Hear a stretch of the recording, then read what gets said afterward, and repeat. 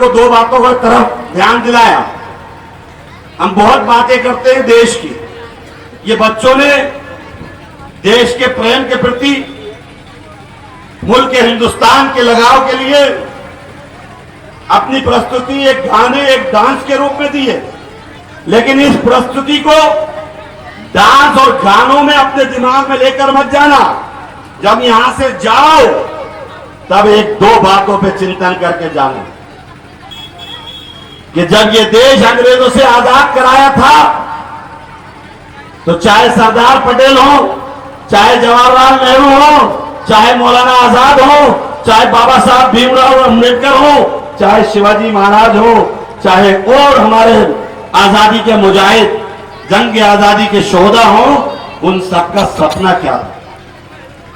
उन सबका सपना था कि इस देश में पलने वाले एक एक व्यक्ति को उसका मौलिक अधिकार मिले। उनका सपना था कि इस देश से भेदभाव समाप्त हो। उसी बुनियाद पर तो हमें कानून मिला, उसी बुनियाद पर तो हमें अधिकार मिला।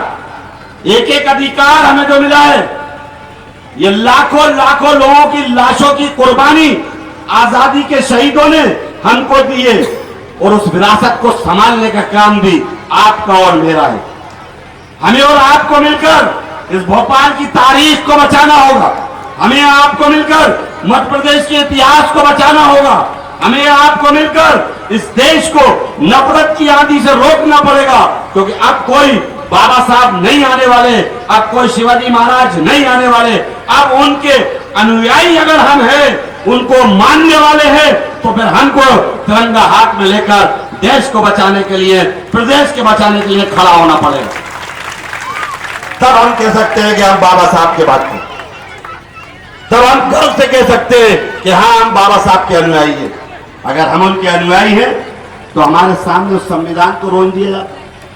हम उनके चाहने वाले, हम उनके मानने वाले, हम उनके दिशा पे चलने वाले, तो ये झूठ है। ये इसलिए झूठ है कि जहां बाबा साहब के दिया हुआ संविधान एक सरकार तहस नहस कर रही हो, और अगर हम घर में बैठे हैं तो फिर क्या हम उस दोष के जिम्मेदार नहीं है? इसलिए ये बात सोच कर जाना कि जो संकट, जो विचारधारा, जो देश का सपना, दुनिया में अखंड भारत, दुनिया में इस देश को आला देश बनाने का सपना बाबा साहब भीमराव अंबेडकर या जंग आजादी के हमारे तमाम कुर्बानी देने वाले, तमाम जानों के नौछावर करने वाले, अपने प्राणों को देने वाले लोगों ने सपना सोचा था, उस सपने को साकार करने के लिए मुट्ठी बांधना पड़ेगा। और मैं आवाज देता हूं कि आओ मुट्ठी बांधो और तय करो कि हम संकल्प लेंगे कि बाबा साहब का संविधान बर्बाद नहीं होने देंगे, लोकतंत्र बर्बाद नहीं होने देंगे। इन दोनों बचाने का संकल्प आज हमको लेना चाहिए। यहां पर आए थे मुख्यमंत्री जी और कहा, मैंने वो पत्र जारी करा था, वो पत्र मैंने बहुत पहले दे दिया था। जिस दिन घटना हुई थी, यहां सुनीता बहन मुझसे मिली थी और तमाम यहां की बहनों ने मुझसे इस प्रोग्राम में कहा था, जब मैं पिछली बार यहां आया था, कि भैया गुंडागर्दी ज्यादा हो रही। तो उस समय चुनाव आचार संहिता थी, मैं चुनाव की कैंपेन में आया था और इसी जगह से मैंने चिल्ला के कहा था कि जिला प्रशासन के लोगों, ये ध्यान रखना, चुनाव है। अगर चुनाव बाद इस इलाके की गुंडागर्दी समाप्त नहीं हुई तो आरिफ मसूद आपके दरवाजे पर मिलेगा। और उसका असर यह हुआ कि अगला चुनाव खत्म है तो ही दूसरे दिन मुख्यमंत्री जी दौड़े दौड़े और आए और कहा कि मैं वादा करता हूं कि चौकी यहां स्थापित करूंगा।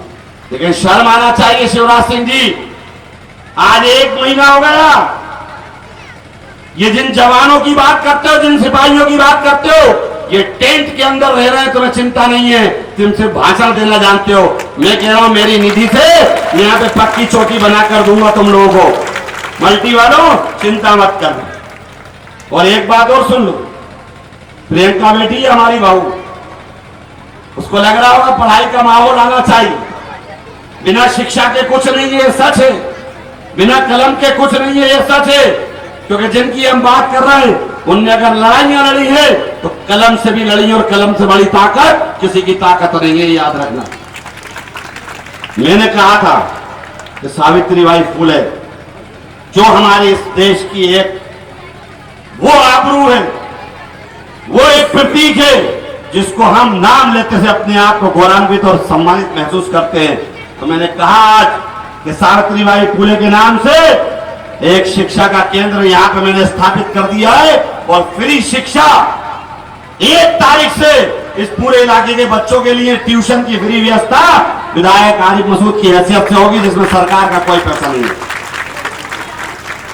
मैंने बंटी से कहा दीपक से कि 1 तारीख से प्रारंभ कर दो और हमारे इस इलाके की बच्चियां जो इधर उधर ट्यूशन के लिए जाना पड़ता है वो नहीं जाएंगी।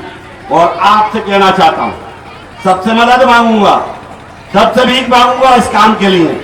और जो अच्छे टीचर भोपाल के होंगे उनसे कहूंगा कि महीने में 1 न 1 दिन 2 घंटे हमारे इस कोचिंग सेंटर पे जरूर दें, ताकि हमारे बच्चे जो लाखों रुपए खर्च नहीं कर सकते उन कोचिंगों में जाके तो वहां के पढ़ाने वाला शिक्षक कम से कम 1 महीने में 1 बार आकर यहाँ के बच्चों को फ्री शिक्षा दे।